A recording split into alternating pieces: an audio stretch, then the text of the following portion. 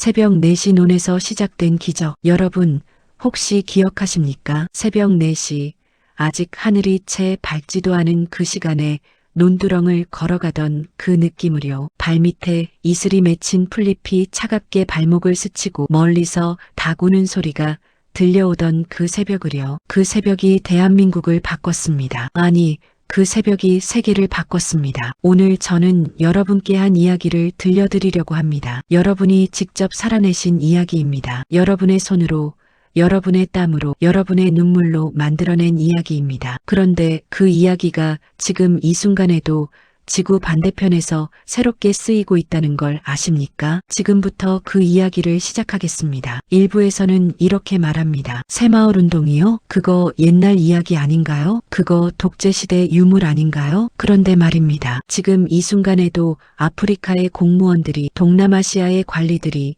비행기를 타고 대한민국으로 날아오고 있습니다. 우리가 새벽 4시에 논으로 나가던 그 정신을 배우러 오고 있습니다. 왜일까요? 왜 그들은 그 먼 나라에서 대한민국으로 오는 걸까요? 그 답을 찾기 위해 우리는 잠시 시간을 거슬러 올라가야 합니다. 60여 년 전, 정말로 아무도 믿지 않았던 그 시절로요. 그땐 아무도 안 믿었다. 때는 1960년대 말이었습니다. 대한민국은 세계에서 가장 가난한 나라 중 하나였습니다. 1인당 국민소득이 고작 250달러 수준이었습니다. 지금으로 치면 상상하기도 힘든 숫자입니다. 아프리카 많은 나라들보다도 못 살던 시절이었습니다. 농촌은 더욱 참혹했습니다. 초가지붕은 비가 새고 길은 흙투성이었습니다. 아이들은 제대로 된 신발도 없이 맨발로 뛰어다녔습니다. 양식이 떨어지면 보리쌀에 나무 껍질을 섞어 죽을 끓였습니다. 봄이 오면 산에 올라가 나무를 뜯어다가 허기를 채웠습니다. 그 시절을 살아내신 분들은 아실 겁니다. 배가 고파 잠이 안 오던 그 밤들을요. 그때 세계는 대한민국을 어떻게 봤을까요? 희망이 없는 나라라고 봤습니다. 국제 원조 기관들은 이런 말을 했습니다. 이 나라는 아무리 도와줘도 스스로 일어설 수 없을 것이라고요. 어떤 전문가는 심지어 이런 말도 했습니다. 한국은 구제불능이라고요. 원조를 퍼부어도 밑 빠진 독에 물 붓기라고요. 여러분은 그 말을 들으셨습니까? 아마 들으셨더라도 그냥 일하셨을 겁니다. 새벽 4시에 논으로 나가셨을 겁니다. 희망이 있어서가 아니라 그렇게 하지 않으면 살 수 없었기에. 그런데 바로 그 시절 1970년 4월의 어느 날 한 사람이 전국의 마을 이장들을 불러 모았습니다. 마을마다 시멘트 300포대와 철근을 나눠주겠다고 했습니다. 스스로 마을을 가꾸라고 했습니다. 정부가 다 해주는 게 아니라 여러분이 직접 하라고 했습니다. 처음엔 다들 고개를 갸웃거렸습니다. 시멘트 300포대로 뭘 하라는 거냐고요. 그게 뭐가 달라지겠느냐고요. 어떤 마을에서는 그 시멘트를 창고에 쌓아두고 쓰지도 않았습니다. 어차피 소용없을 거라고 생각했기 때문입니다. 그런데 어떤 마을들은 달랐습니다. 전국에서 3만 5천 개 마을 중에서 절반가량의 마을들이 그 시멘트로 마을길을 넓히고 지붕을 고치고 마을 회관을 세우기 시작했습니다. 새벽부터 나와서 남녀노소 할 것 없이 삽을 들고 곡괭이를 들고 땀을 흘렸습니다. 그 모습을 보고 사람들은 비웃었습니다. 별 효과도 없을 거라고 했습니다. 어차피 나라가 가난한데 마을길 몇 개 넓힌다고 뭐가 달라지겠느냐고 했습니다. 저 사람들 왜 저렇게 힘들게 사느냐고 했습니다. 그러나 그 새벽을 믿었던 사람들이 있었습니다. 이름도 없이 빛도 없이 그저 삽 한 자루를 들고 새벽 4시에 논두렁에 나섰던 사람들이 있었습니다. 바로 여러분의 부모님이었고 여러분 자신이었습니다. 이제 그분들의 이야기를 조금 더 가까이 들여다보겠습니다. 경상북도의 한 작은 마을 이야기입니다. 지금은 그 마을 이름이 새마을 운동의 발상지로 알려져 있습니다만 그 시절엔 그냥 평범하고 가난한 마을이었습니다. 집집마다 초가지붕, 골목은 좁아서 소달구지 하나 지나가기도 빠듯했습니다. 그 마을에 한 어머니가 있었습니다. 이른 새벽 밥을 짓기도 전에 호미를 들고 마을 앞 도랑 정비를 하러 나갔습니다. 남편은 새벽 서너 시부터 마을길 확장 공사에 나가 있었습니다. 아이들은 아직 자고 있었습니다. 그 어머니는 혼자 생각했습니다. 이게 무슨 소용이 있을까? 우리가 이렇게 한다고 정말 달라질까? 하지만 그 어머니는 멈추지 않았습니다. 왜냐하면 옆집 아주머니도 나와 있었기 때문입니다. 앞집 할아버지도 나와 있었기 때문입니다. 혼자였다면 포기했을지도 모릅니다. 그런데 다들 나와 있으니 나도 나가야지 하는 마음이었습니다. 바로 그것이었습니다. 새마을운동의 본질은 사실 그것이었습니다. 정부가 시킨 게 아니라 옆집 사람이 나오니까 나도 나가게 되는 것. 이게 우습게 들리실지 모르지만 이것이 세계의 개발학자들이 수십 년을 연구해도 따라하기 어렵다는 그 비밀이었습니다. 우리는 잘 몰랐습니다. 그 시절 새벽에 삽질하러 나갔던 그 행동이 얼마나 위대한 것이었는지를요. 그냥 살기 위해 한 것이었는데 그것이 역사가 되고 기적이 되고 세계가 배우러 오는 모델이 될 줄은 꿈에도 몰랐을 겁니다. 이제 조금 더 그 시절 속으로 들어가 보겠습니다. 1972년이 되자 새마을운동은 본격적인 궤도에 올라타기 시작했습니다. 전국 곳곳에서 변화가 눈에 보이기 시작했습니다. 초가 지붕이 슬레이트 지붕으로 바뀌고 좁은 골목길이 넓어지고 마을마다 깨끗한 우물이 생겼습니다. 전깃불이 들어오기 시작했습니다. 그 전깃불 이야기를 잠깐 해드릴게요. 평생 호롱불 아래에서 살아오신 어르신들이 처음 전깃불을 보셨을 때 어떠셨습니까? 스위치 하나를 딸깍 누르니 방안이 환해지는 그 순간 눈물이 나지 않으셨습니까? 아이들이 밝은 불빛 아래에서 책을 읽을 수 있게 됐다는 것이 얼마나 대단한 일이었는지 그 시절을 사신 분들만이 아실 겁니다. 그런데 그 변화가 저절로 된 게 아니었습니다. 전봇대를 세우기 위해 온 마을 사람들이 함께 땅을 팠습니다. 산 너머 마을까지 전선을 끌어오기 위해 남자들이 산을 오르내렸습니다. 여자들은 그 사이 새참을 날랐습니다. 아이들도 심부름을 했습니다. 온 마을이 하나가 된 그 풍경이 기적을 만들었습니다. 1970년에 시작된 새마을운동은 불과 10년 만에 대한민국 농촌의 모습을 완전히 바꿔놓았습니다. 농가 소득은 5배 이상 뛰었습니다. 전국 농가의 90% 이상이 전기를 쓸 수 있게 됐습니다. 농촌 도로는 2배 이상 넓어졌습니다. 그러나 그보다 더 중요한 것이 있었습니다. 바로 사람들의 마음이 바뀌었다는 것입니다. 우리도 할 수 있다는 마음, 하면 된다는 마음, 포기하지 않으면 반드시 이루어진다는 마음. 그 마음이 농촌에서 도시로, 공장으로, 학교로 번져나갔습니다. 그리고 그 마음이 모여서 대한민국이라는 기적을 만들었습니다. 세상은 여전히 믿지 않았습니다. 1970년대에 세계은행이나 국제통화기금 같은 국제기관들은 한국의 경제 성장을 보면서도 반신반의했습니다. 일시적인 현상일 거라고 했습니다. 곧 다시 무너질 거라고 했습니다. 개발도상국이 이렇게 빠른 속도로 성장하는 건 불가능하다고 했습니다. 하지만 대한민국은 멈추지 않았습니다. 새벽 4시부터 논으로 나가던 그 사람들이 이번엔 공장으로 갔습니다. 같은 새벽 같은 마음으로 기계 앞에 섰습니다. 구미의 공단에서, 울산의 조선소에서, 포항의 제철소에서 그 새벽의 정신이 다시 살아났습니다. 그리고 마침내 세계가 보기 시작했습니다. 한국이 달라지고 있다고, 한국이 변하고 있다고, 도대체 어떻게 이런 일이 가능한 거냐고 그 질문에 대한 답을 찾기 위해 세계의 학자들이 오기 시작했습니다. 공무원들이 오기 시작했습니다. 그리고 그들은 하나같이 같은 말을 했습니다. 이것은 단순한 경제 개발 프로그램이 아니라고, 이것은 사람을 바꾸는 운동이었다고. 바로 그것이 새마을 운동의 진짜 힘이었습니다. 길을 넓힌 게 아니라 마음을 넓혔다는 것, 지붕을 바꾼 게 아니라 생각을 바꿨다는 것, 도랑을 청소한 게 아니라 희망을 청소했다는 것. 이제 그 희망이 어떻게 세계로 퍼져나갔는지 보여드리겠습니다. 그러나 그 전에 잠깐 여러분께 한 가지 여쭤보고 싶습니다. 그 새벽에 나가셨던 기억 있으십니까? 혹시 기억나십니까? 마을 사람들이랑 같이 도랑치고 길 닦고 지붕 이영 올리던 그날들이, 힘들었지만 왠지 기뻤던 그날들이, 저녁에 집에 돌아와 밥 한 그릇 먹을 때 그 뿌듯함이 바로 대한민국을 만든 힘이었습니다. 그리고 지금 그 힘을 배우러 세계가 오고 있습니다. 이 이야기는 아직 끝나지 않았습니다. 오히려 지금이 가장 놀라운 장면이 시작되는 순간입니다. 잠시 쉬어가는 의미에서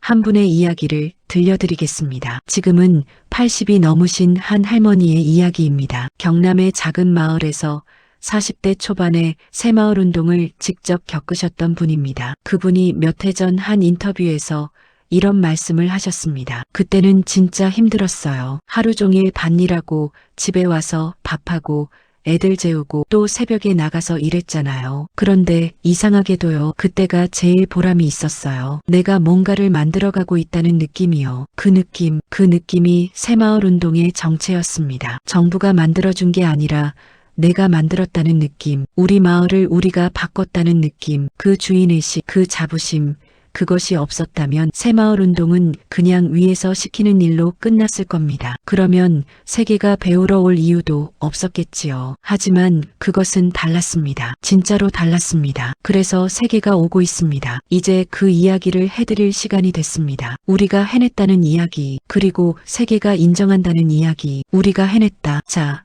이제 시간을 조금 앞으로 당겨보겠습니다. 1980년대가 됐습니다. 대한민국은 조용히 그러나 엄청난 속도로 변하고 있었습니다. 서울의 하늘엔 공장 굴뚝 연기가 피어올랐고 고속도로가 전국을 가로질렀으며 항구에서는 배들이 쉬지 않고 드나들었습니다. 수출이 늘고 공장이 늘고 일자리가 늘었습니다. 그런데 그 기적의 뿌리를 아는 사람은 많지 않았습니다. 서울 도심의 번화가를 걷는 사람들은 몰랐습니다. 새벽 4시에 논두렁에서 시작된 그 작은 삽질 하나가 이 모든 것의 씨앗이었다는 것을요. 농촌에서 시작된 새마을 운동의 정신은 단순히 초가지붕을 슬레이트로 바꾸는 데서 그치지 않았습니다. 그것은 공장으로 갔고 학교로 갔고 군대로 갔고 기업으로 갔습니다. 근면, 자조, 협동이라는 세 글자가 대한민국이라는 나라의 피 속에 스며들었습니다. 근면, 부지런히 일한다. 자조, 스스로 일어선다. 협동, 함께 힘을 합친다. 이 세 가지가 대한민국이 가난에서 일어선 비밀이었습니다. 그 시절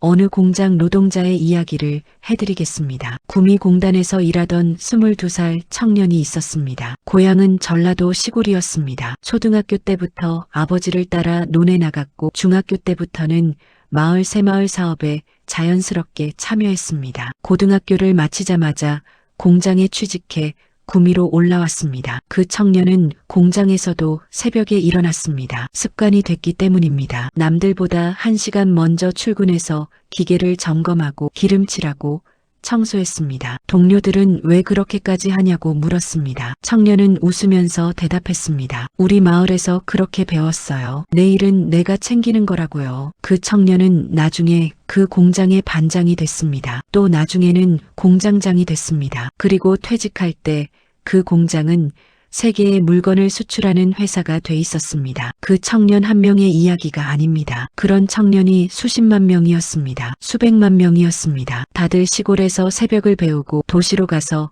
그 새벽을 공장에서 살았습니다. 그것이 대한민국의 산업화였습니다. 사람들은 종종 대한민국의 경제 성장을 이야기할 때 정책이나 지도자, 이야기만 합니다. 물론 그것도 중요합니다. 하지만 가장 중요한 것은 따로 있습니다. 바로 새벽 4시에 일어나 삽을 들었던 그 평범한 사람들입니다. 이름도 남기지 않고 기록도 남기지 않고 그냥 묵묵히 살아낸 그 사람들입니다. 여러분이 바로 그 사람들입니다. 이 영상을 보고 계신 여러분, 그 시절을 사셨거나 그 시절을 살아낸 부모님의 등을 보며 자라신 여러분이 바로 대한민국 기적의 주인공들입니다. 자, 이제 이야기는 더 놀라운 방향으로 흘러갑니다. 1988년 서울 올림픽이 열렸습니다. 세계가 대한민국을 다시 봤습니다. 전쟁의 폐허에서 불과 35년 만에 올림픽을 개최하는 나라가 됐습니다. 세계 언론들이 앞다투어 보도했습니다. 한강의 기적이라고 불렀습니다. 그런데 그 기적을 보면서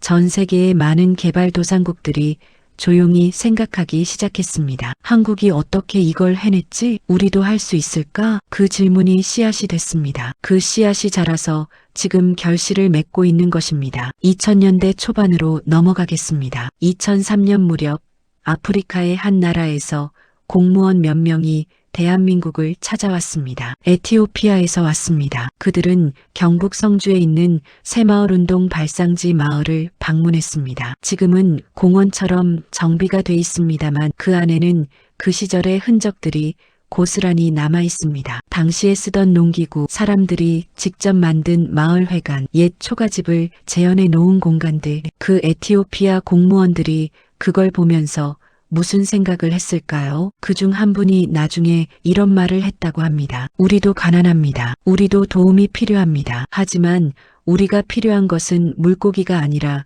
물고기 잡는 법입니다. 한국이 바로 그 방법을 갖고 있습니다. 그 말이 전부입니다. 새마을운동이 세계에서 주목받는 이유가 바로 그것입니다. 단순히 돈을 줘서 가난을 해결하는 게 아니라 스스로 일어서는 힘을 키운다는 것, 물질이 아니라 정신을 바꾼다는 것. 이제 본격적으로 오늘의 이야기로 넘어가겠습니다. 지금 이 순간 대한민국에는 세계 각국의 공무원들이 새마을운동을 배우러 오고 있습니다. 단순한 견학이 아닙니다. 수개월씩 머물며 직접 마을 개발 프로젝트에 참여하고 이론과 실습을 동시에 배우는 정식 연수 과정입니다. 어느 나라들이 오고 있을까요? 아프리카에서는 에티오피아, 르완다, 탄자니아, 케냐, 가나, 세네갈이 오고 있습니다. 동남아시아에서는 베트남, 캄보디아, 라오스, 미얀마, 필리핀이 오고 있습니다. 중앙아시아에서는 우즈베키스탄, 카자흐스탄이 오고 있습니다. 남미와 중동에서도 오고 있습니다. 그 숫자가 얼마나 될까요? 경상북도 새마을 세계화재단에서 집계한 자료에 따르면 2010년대 이후 지금까지 세계 50개국이 넘는 나라에서 수만 명의 공무원과 마을 지도자들이 한국의 새마을운동 연수를 받았습니다. 수만 명입니다. 비행기를 타고 그 먼 나라에서 대한민국으로 옵니다. 우리가 새벽에 했던 그 일을 배우러 옵니다. 어떤 분들은 이렇게 말씀하실 수 있습니다. 그래봐야 그냥 관광 아닌가요? 형식적인 방문 아닌가요? 아닙니다. 전혀 아닙니다. 르완다 이야기를 해드리겠습니다. 르완다 기억하십니까? 1994년에 100일 동안 80만 명이 학살된 그 나라입니다. 내전으로 나라 전체가 초토화됐던 그 나라입니다. 한때 세계에서 가장 절망적인 나라 중 하나로 꼽혔던 나라입니다. 그 르완다가 지금 어떻게 됐는지 아십니까? 2000년대 초반부터 르완다 정부는 한국의 새마을운동을 벤치마킹하기 시작했습니다. 지라지노라는 이름으로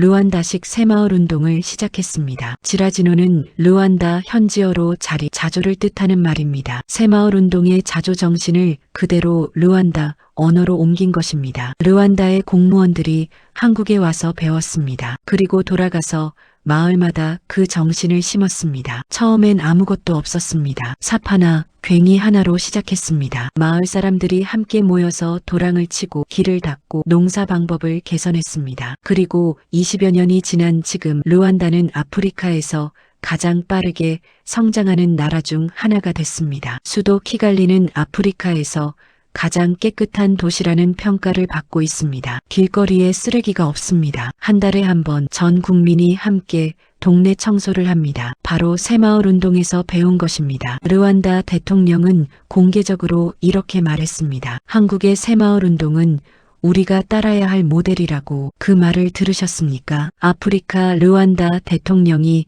대한민국의 새마을운동을 따라야 할 모델이라고 했습니다. 여러분이 새벽에 들었던 삽질 소리가 지금 아프리카 르완다의 새벽을 깨우고 있습니다. 에티오피아 이야기도 해드리겠습니다. 에티오피아는 아프리카에서 인구가 두 번째로 많은 나라입니다. 오랫동안 극심한 가난에 시달렸고 기근과 내전으로 많은 사람이 목숨을 잃었습니다. 우리가 어렸을 때 뉴스에서 배가 볼록 나온 아프리카 아이들 사진을 많이 보셨을 텐데 그 사진 속 나라들 중 하나가 에티오피아였습니다. 그 에티오피아가 한국의 새마을운동을 받아들이기 시작한 것은 2005년 전후였습니다. 처음엔 시범 마을 몇 곳에서만 시작했습니다. 마을 회의를 열고 주민들이 스스로 문제를 찾고 스스로 해결책을 만들고 함께 실행했습니다. 그 결과가 놀라웠습니다. 시범 마을에서 농업 생산성이 눈에 띄게 올라갔습니다. 마을 위생이 개선됐습니다. 아이들 학교 출석률이 높아졌습니다. 그러자 에티오피아 정부는 그 방식을 전국으로 확대하기 시작했습니다. 에티오피아 농업부 장관이 한국을 방문했을 때 한 말이 있습니다. 우리는 오랫동안 외부의 원조를 기다렸습니다. 하지만 한국의 새마을 운동은 우리 스스로 할 수 있다는 것을 가르쳐줬습니다. 그것이 가장 소중한 선물입니다. 가장 소중한 선물. 외부에서 받은 돈이나 물자가 아니라 스스로 일어서는 정신. 그것이 가장 소중한 선물이라고 했습니다. 이것이 새마을 운동의 힘입니다. 베트남 이야기도 빼놓을 수 없습니다. 베트남과 한국은 묘한 인연이 있습니다. 한국 전쟁 때 우리가 전쟁의 상처를 입었듯 베트남도 오랜 전쟁 끝에 나라가 피폐해졌습니다. 그리고 두 나라 모두 전쟁 후 가난을 딛고 일어서야 했습니다. 한국은 새마을 운동으로 일어섰습니다. 그리고 베트남은 한국의 새마을 운동을 보면서 우리도 할 수 있겠다는 희망을 가졌습니다. 베트남 정부는 2010년대 초반부터 신농촌 운동을 시작했습니다. 새마을 운동을 베트남 현실에 맞게 변형한 것입니다. 베트남 공무원들이 한국의 새마을 운동 연수원에 와서 배웠습니다. 그리고 돌아가서 농촌 마을에 그 정신을 심었습니다. 베트남 농촌 마을 곳곳에 표어가 붙었습니다. 스스로 하자, 함께 하자, 끝까지 하자. 어디서 많이 들어보신 말 아닙니까? 바로 우리 새마을 운동의 구호와 똑같은 정신입니다. 언어만 다를 뿐이지 내용은 같습니다. 지금 베트남은 동남아시아에서 가장 빠르게 성장하는 나라 중 하나입니다. 그 성장의 뿌리를 찾아 올라가면 바로 그 농촌 마을에 변화가 있고 그 변화를 이끈 정신 속에 대한민국 새마을 운동이 있습니다. 참 대단하지 않습니까? 캄보디아도 마찬가지입니다. 캄보디아는 폴포트 정권의 대학살로 나라 전체가 거의 무너진 나라입니다. 지식인과 전문가들이 대부분 학살당해서 말 그대로 나라를 다시 세워야 하는 상황이었습니다. 그 캄보디아가 한국의 새마을 운동을 모델로 농촌 개발을 시작했습니다. 캄보디아 농촌부 공무원들이 경북으로, 성주로, 수원으로 와서 배웠습니다. 그리고 돌아가서 마을을 바꿔가고 있습니다. 단순히 국가적 차원의 이야기만이 아닙니다. 개인의 변화 이야기도 있습니다. 몇 해 전 에티오피아에서 온 한 공무원이 한국의 새마을 운동 연수를 마치고 돌아가면서 이런 말을 했다고 합니다. 한국에 오기 전에는 우리나라가 가난한 것은 운명이라고 생각했습니다. 우리는 원래 이렇게 사는 거라고요. 그런데 한국 농촌 마을에서 어르신들 이야기를 듣고 나서 생각이 바뀌었습니다. 가난은 운명이 아니라 조건이라는 것을요. 조건은 바꿀 수 있습니다. 우리도 바꿀 수 있습니다. 이 말을 들으셨습니까? 에티오피아 청년이 한국 어르신들의 이야기를 듣고 나서 한 말입니다. 가난은 운명이 아니라 조건이라고, 조건은 바꿀 수 있다고. 그것을 가르쳐 준 것이 누구입니까? 바로 여러분입니다. 여러분이 새벽에 삽을 들고 논에 나가셨던 그 이야기가 지금 아프리카 청년의 마음속에 희망의 씨앗을 심고 있습니다. 이것이 역사입니다. 이것이 기적입니다. 그런데 여기서 잠깐 멈춰야 할 이야기가 있습니다. 새마을 운동이 처음부터 완벽했던 것은 아닙니다. 중간에 실패도 있었고 시행착오도 있었고 아픔도 있었습니다. 너무 강제적으로 진행된 부분도 있었고 사람들이 원하지 않는데 억지로 참여시킨 경우도 있었습니다. 그것은 사실입니다. 그 아픔도 역사의 일부입니다. 그것을 부정하거나 감추자는 게 아닙니다. 하지만 그럼에도 불구하고 새마을 운동이 세계에서 주목받는 이유는 그 본질적인 정신 때문입니다. 스스로 일어서는 힘, 서로 도우며 함께 나아가는 정신, 포기하지 않는 마음, 그 정신이 진짜였기 때문에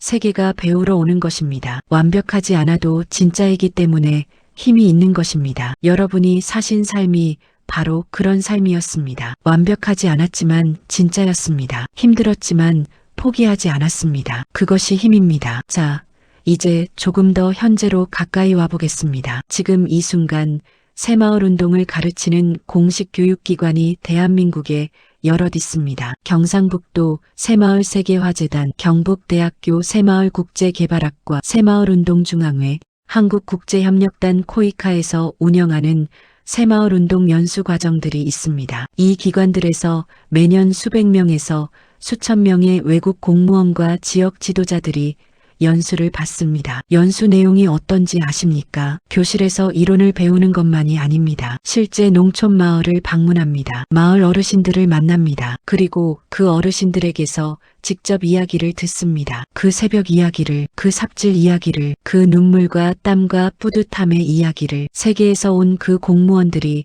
한국의 어르신들 앞에 앉아서 그 이야기를 듣습니다. 어떤 이는 노트에 받았습니다. 어떤 이는 그냥 눈을 빛내며 듣습니다. 어떤 이는 눈물을 흘립니다. 그들이 우는 이유가 뭔지 아십니까? 우리도 저렇게 할 수 있다는 희망 때문입니다. 우리나라도 언젠가는 저렇게 될 수 있다는 꿈 때문입니다. 한 나라가 이렇게까지 변할 수 있다는 사실에 감격하기 때문입니다. 그 눈물의 이유를 만든 것이 누구입니까? 바로 여러분입니다. 여러분의 새벽이, 여러분의 땀이, 여러분의 삶이 지금 세계 사람들의 눈에 눈물을 만들고 있습니다. 이것보다 더 큰 인정이 어디 있겠습니까? 자, 이제 이야기의 가장 놀라운 부분으로 넘어가겠습니다. 새마을운동은 이제 단순히 농촌 개발의 모델만이 아닙니다. 국제사회에서 공식적으로 인정받는 개발 협력의 아이콘이 됐습니다. UN, 즉 국제연합이 새마을운동을 공식적으로 우수 사례로 인정했습니다. UN 개발계획이라고 하는 곳에서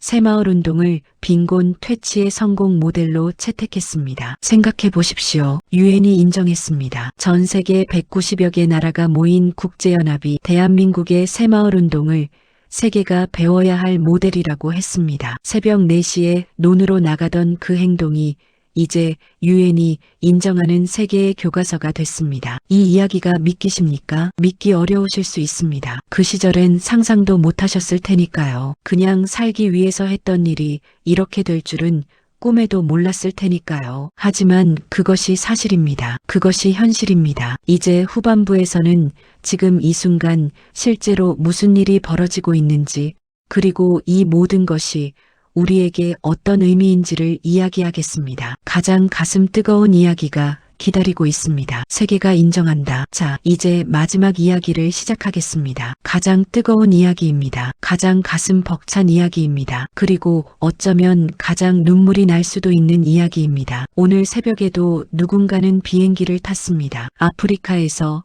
동남아시아에서, 중앙아시아에서 긴 비행 끝에 인천공항에 내렸습니다. 처음 밟아보는 대한민국 땅입니다. 낯선 언어, 낯선 음식, 낯선 거리. 하지만 그들이 이곳에 온 이유는 하나입니다. 배우러 왔습니다. 우리가 새벽 4시에 했던 그것을 배우러 왔습니다. 그 장면을 한번 그려보겠습니다. 경상북도 어느 농촌 마을. 아침 햇살이 막 들판을 물들이기 시작하는 시간입니다. 낡은 마을 회관 앞에 버스 한 대가 멈춥니다. 버스에서 내리는 사람들, 피부색이 다르고 언어가 다르고 입은 옷이 다릅니다. 르완다에서 온 사람, 탄자니아에서 온 사람, 캄보디아에서 온 사람, 라오스에서 온 사람, 다들 두리번거리며 주변을 살핍니다. 그리고 마을 회관 안으로 들어가면 이미 그 자리에 앉아 계신 분들이 있습니다. 80이 넘으신 할아버지, 할머니들입니다. 주름이 깊고 손이 거칠고 허리가 조금 굽은 그 어르신들이 앉아 계십니다. 통역사를 통해 이야기가 시작됩니다. 그 어르신이 입을 여십니다. 내가 25살 때였어요. 우리 마을엔 전기도 없었고 제대로 된 길도 없었어요. 비만 오면 흙탕물이 무릎까지 찼지요. 그런데 어느 날 이장님이 마을 사람들을 다 불러 모아서 말씀하셨어요. 우리 힘으로 이 마을을 바꿔보자고. 처음엔 다들 반신반의했지요. 그게 되겠나 싶었어요. 하지만 나가봤더니 옆집 할머니가 나와 계셨고 앞집 아저씨가 삽을 들고 계셨어요. 그래서 나도 들었지요. 그렇게 시작됐습니다. 그 말을 듣는 아프리카 청년의 눈이 반짝입니다. 통역사가 그 말을 아프리카 언어로 옮깁니다. 그 청년이 노트에 무언가를 적습니다. 그리고 손을 듭니다. 질문이 있습니다. 처음에 아무도 안 믿었을 때 어떻게 포기하지 않으셨습니까? 어르신이 잠시 생각하십니다. 그리고 웃으시면서 말씀하십니다. 포기요? 포기할 시간이 없었어요. 배가 고파서요. 살아야 했으니까요. 그냥 하는 거예요. 생각하지 말고 그냥 하는 거예요. 그 자리에 웃음이 번집니다. 그러나 그 웃음 뒤에는 뭔가 뭉클한 것이 있습니다. 이 세상 어떤 개발 이론서에도 없는, 어떤 유엔 보고서에도 없는 그 한마디, 생각하지 말고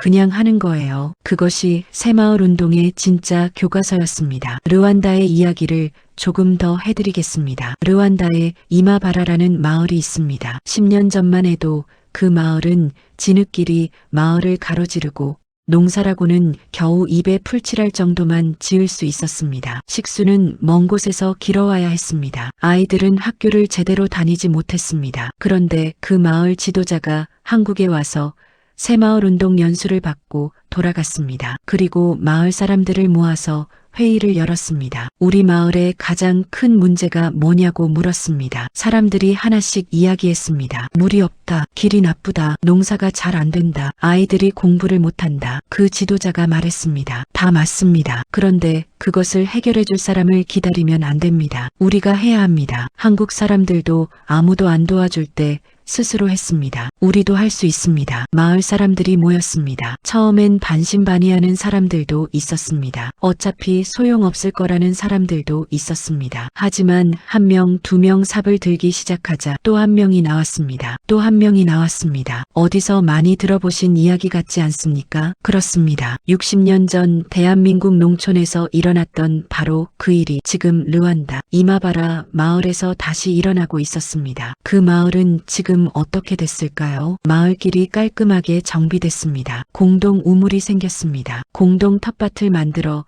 수입이 생겼습니다. 마을 회관이 세워졌습니다. 아이들 공부방이 생겼습니다. 그리고 무엇보다 마을 사람들의 표정이 달라졌습니다. 희망이 생겼습니다. 그 희망은 어디서 왔습니까? 대한민국에서 왔습니다. 여러분의 새벽에서 왔습니다. 이제 조금 더 생생한 현장 이야기를 해드리겠습니다. 몇 해 전 경북대학교 새마을국제개발학과 대학원에는 재미있는 광경이 펼쳐졌습니다. 에티오피아 출신 대학원생과 캄보디아 출신 대학원생과 우즈베키스탄 출신 대학원생이 한 팀이 돼서 프로젝트를 진행했습니다. 세 나라 말이 다 달랐습니다. 영어로 소통했습니다. 하지만 그들이 공부하는 내용은 하나였습니다. 어떻게 하면 우리 마을을, 우리나라를 한국처럼 바꿀 수 있는가? 그 학생들이 연구하는 자료가 무엇인지 아십니까? 1970년대 한국 농촌 마을의 회의록입니다. 당시 새마을 사업 일지입니다. 어르신들의 인터뷰 기록입니다. 그 시절 마을 사람들이 어떻게 문제를 찾고 어떻게 함께 해결했는지를 한 글자 한 글자 읽으며 공부합니다. 여러분이 살았던 그 삶이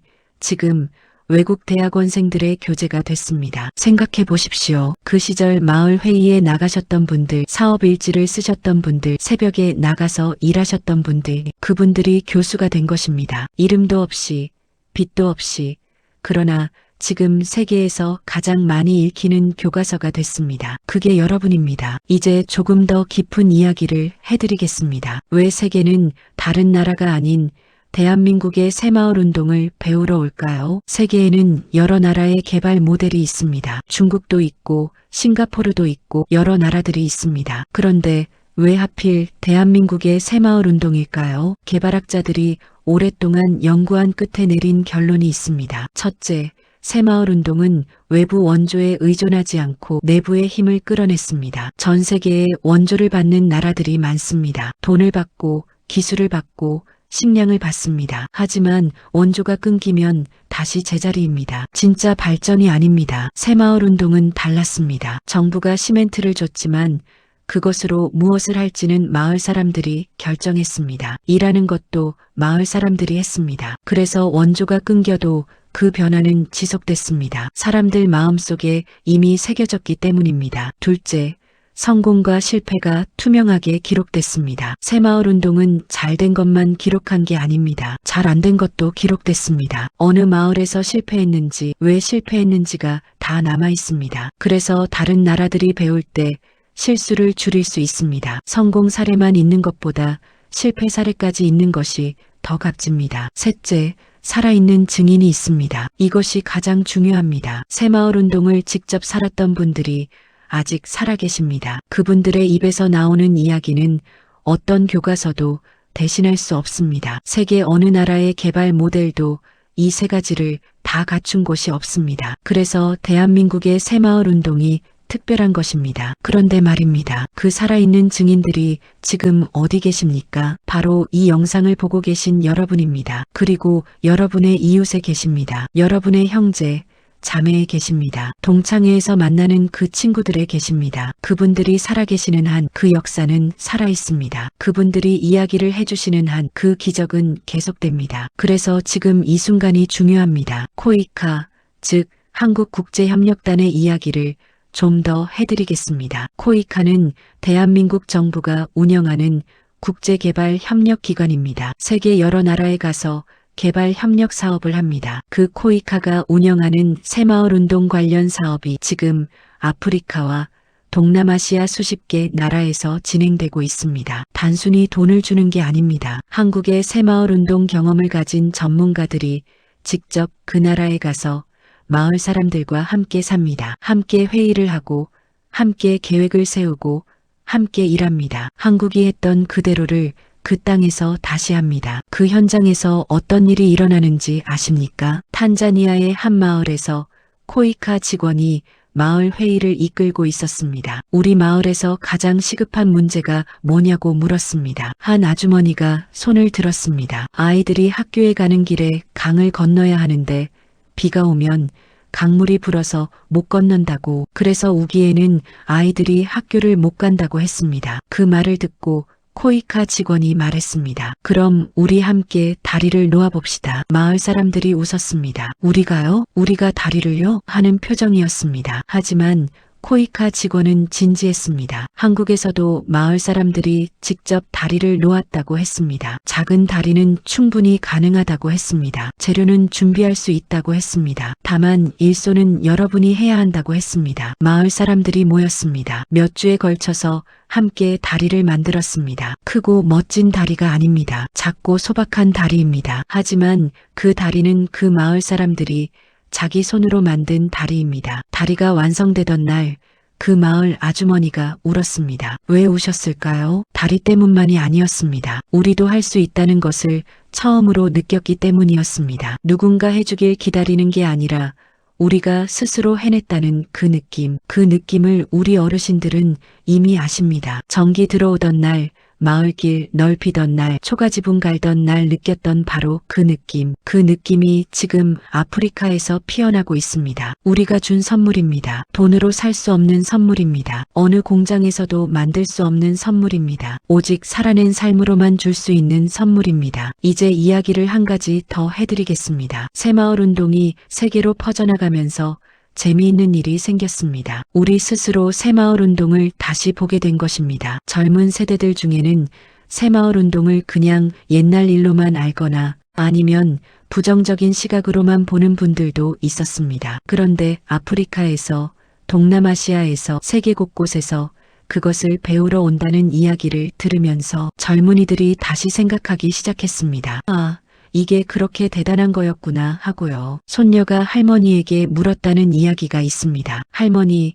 새마을운동 때 진짜 새벽에 나가서 일하셨어요? 할머니가 그렇다고 하셨습니다. 손녀가 말했습니다. 와, 할머니 대단하다. 아프리카에서 배우러 온대요. 그 할머니가 어떤 표정을 지으셨을까요? 아마 쑥스러우셨을 겁니다. 별거 아닌데 하고 손을 저으셨을 겁니다. 그냥 살기 위해 한 건데 하고 웃으셨을 겁니다. 하지만 그 손녀의 눈에 그 할머니가 얼마나 크게 보였을까요? 그 순간이 세대가 연결되는 순간입니다. 그 순간이 역사가 살아나는 순간입니다. 여러분, 혹시 주변 젊은이들에게 그 이야기를 해주셨습니까? 그 시절 이야기를, 새벽에 나가서 일하던 이야기를, 마을 사람들이 함께 했던 이야기를. 부끄러우실 수 있습니다. 별거 아닌 것 같으실 수 있습니다. 하지만 그 이야기가 세계에서 배우러 오는 이야기입니다. 그 이야기가 아프리카 청년의 마음에 희망을 심는 이야기입니다. 그 이야기가 대한민국이 세계에 줄 수 있는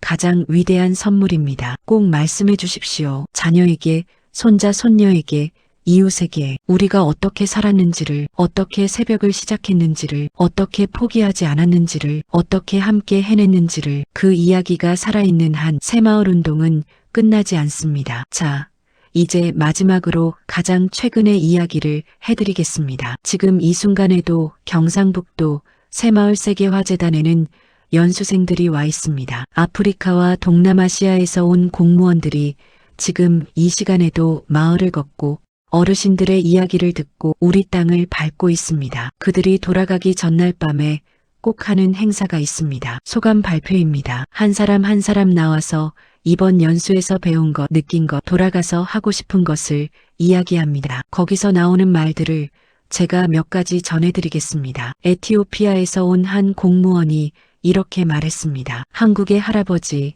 할머니들이 아무것도 없는 상황에서 시작해서 이것을 이루셨다는 것이 믿기지 않습니다. 그런데 그분들이 직접 하신 이야기를 들으니 이제 믿어집니다. 우리도 시작하겠습니다. 르완다에서 온 공무원은 이렇게 말했습니다. 나는 오기 전에 우리나라가 너무 가난해서 희망이 없다고 생각했습니다. 그런데 한국도 우리보다 더 가난했던 때가 있었고 그것을 이겨냈다는 것을 알았습니다. 이제 변명을 그만하고 일하겠습니다. 캄보디아에서 온 젊은 공무원은 조용히 이렇게 말했습니다. 저는 마을 어르신께서 하신 말씀이 계속 머릿속에 맴돕니다. 생각하지 말고 그냥 하는 거예요 라고 하셨잖아요. 그 말을 가슴에 새기고 돌아가겠습니다. 그 말을 들으면서 우리 어르신들이 어떠셨을까요? 자기도 모르는 사이에 눈물이 나지 않으셨을까요? 그냥 살기 위해 했던 일이 이렇게 누군가의 마음에 박혔다는 것이 얼마나 벅찬 일인지요. 자, 이제 마지막 이야기를 드리겠습니다. 새벽 4시 이야기로 시작했으니 새벽 이야기로 끝을 맺겠습니다. 지금 이 순간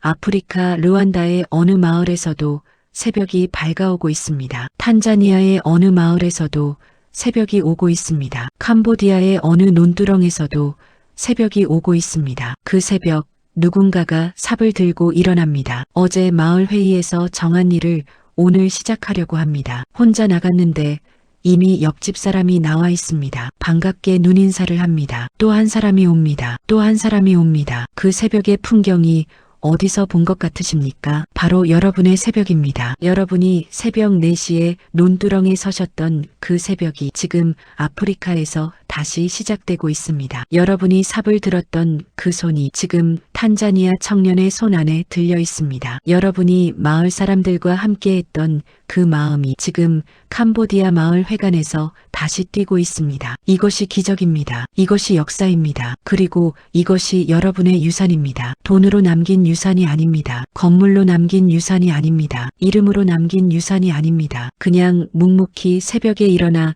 삽을 들었던 그 삶으로 남긴 유산입니다. 그 유산이 지금 세계를 바꾸고 있습니다. 여러분 어떠십니까? 이 이야기를 들으시면서 어떤 마음이 드십니까? 그 시절이 생각나십니까? 힘들었던 그 새벽들이, 배가 고팠던 그 겨울들이, 그럼에도 포기하지 않았던 그 마음들이, 그 모든 것이 헛되지 않았습니다. 단 하나도 헛된 것이 없었습니다. 여러분이 밟았던 논두렁 한 뼘 한 뼘이 다 역사가 됐습니다. 여러분이 흘린 땀 한 방울 한 방울이 다 기적이 됐습니다. 여러분이 참아낸 밤 하나하나가 다 세계의 교과서가 됐습니다. 그것을 오늘 꼭 말씀드리고 싶었습니다. 잘하셨습니다. 정말 잘하셨습니다. 그 시절 아무도 알아주지 않았을 때, 아무도 믿지 않을 때, 세상이 우리를 구제불능이라고 했을 때도 새벽에 일어나 삽을 드셨습니다. 그 묵묵한 삶이 대한민국을 만들었고 그 대한민국이 지금 세계를 가르치고 있습니다. 이제 한 가지만 부탁드리겠습니다. 그 이야기를 해주십시오. 자녀에게 해주십시오. 손자, 손녀에게 해주십시오. 옆에 계신 분들에게 해주십시오. 우리가 어떻게 살았는지를, 새벽이 어땠는지를, 마을 사람들이 어떻게 함께 했는지를, 전기 들어오던 날이 어땠는지를, 길이 넓어지던 날 어떤 마음이었는지를, 그 이야기 하나하나가 살아있는 역사입니다. 그 이야기가 또 다른 누군가에게 희망이 됩니다. 대한민국 젊은이들에게도, 아프리카 청년들에게도, 세계 어딘가에서 포기하려는 누군가에게도 당신 세대가 만든 것입니다. 새마을 운동은 정부가 만든 게 아닙니다. 정책이 만든 게 아닙니다. 교수가 만든 게 아닙니다. 이름 없는 평범한 사람들이 만든 것입니다. 새벽 4시에 논두렁에 나선 그 발걸음들이 모여서 만든 것입니다. 그 발걸음의 주인이 바로 여러분입니다. 세계가 배우러 오는 그 기적의 주인이 바로 여러분입니다. 대한민국이 자랑스럽습니까? 그 자랑스러움이 맞습니다. 충분히 자랑스러워 하셔도 됩니다. 아니, 더 자랑스러워 하셔야 합니다. 왜냐하면 여러분이 이뤄낸 것이기 때문입니다. 새벽 4시, 논에서 시작된 기적. 그 기적은 끝나지 않았습니다. 지금 이 순간에도 아프리카에서, 동남아시아에서, 세계 곳곳에서